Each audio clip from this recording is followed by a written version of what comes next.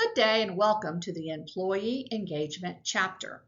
The definition in our text of employee engagement is the emotional and attitudinal commitment an employee has to the organization and its goals, which influences his or her behavior and level of effort in work activities.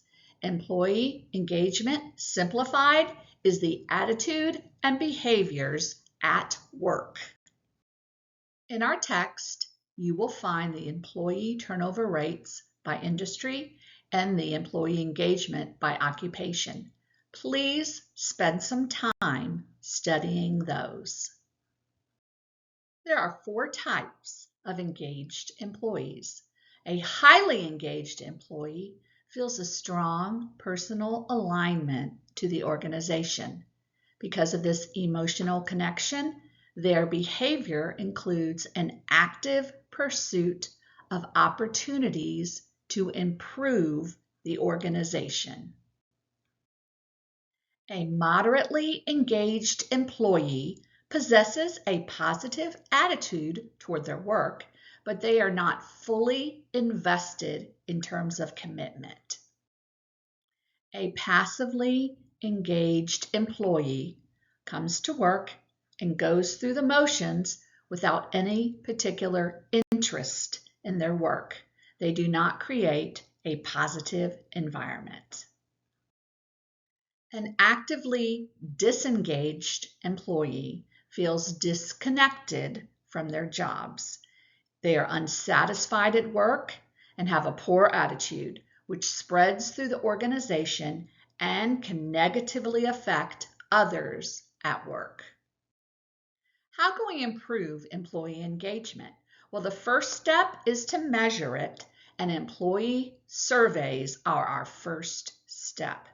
About 72% of large corporations, that is corporations with 1,000 or more employees, are more likely to measure engagement, when overall the number of organizations regularly measuring engagement is about 54%, a little more than half.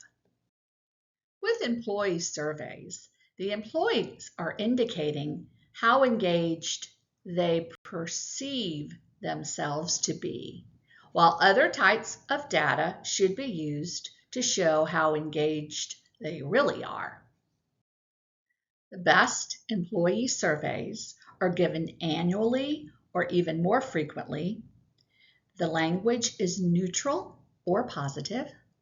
The questions focus on behaviors. They keep the surveys at a reasonable length, and they tailor the questions to their organization.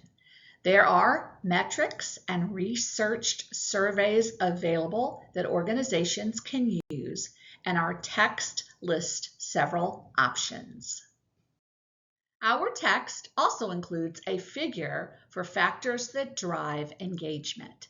Trust in leaders has an 81% correlation with engagement, and relationship with supervisor has a 79% correlation.